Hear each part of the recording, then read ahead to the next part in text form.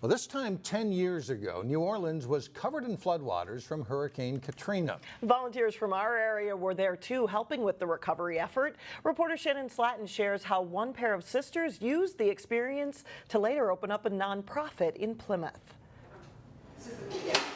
We let them out during our open hours. There's an open cage policy at the Adopt a Pet shop in Plymouth. We try to make it as home-like for them as possible. What you guys doing? One that matches the open hearts of the founders, sisters Stephanie and Shari Timberlake. Our dream was to put together something smaller scale like this after working with so many adoption centers where the cats wouldn't be in confined spaces all the time. The sisters wanted to bridge the gap between rescued animals and happy homes. We're like a combination adoption center, rescue group, veterinary clinic, boarding facility, a little bit of everything. Everything, yeah. They discovered this gap after volunteering to rehabilitate rescued animals following Hurricane Katrina. So when they needed help with Katrina, we went down to Katrina. At the time that we did it, this was not in the plans. No. They say they didn't think twice, but loaded up a car and drove to Mississippi ready to help. We bought a tent and pitched our first tent that night that we arrived in the dark. Stephanie and Shari spent long hours rehabilitating sick animals. You're kind of immersed in a disaster situation where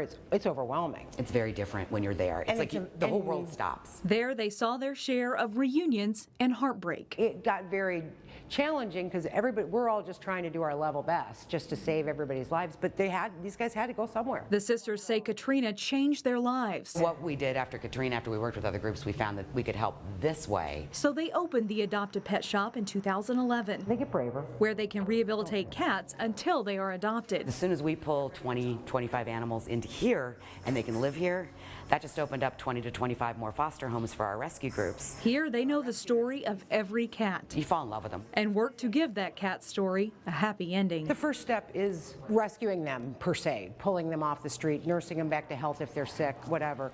But the hardest part is then finding forever homes. There's so many. In Plymouth, Shannon Slatton, 12 News.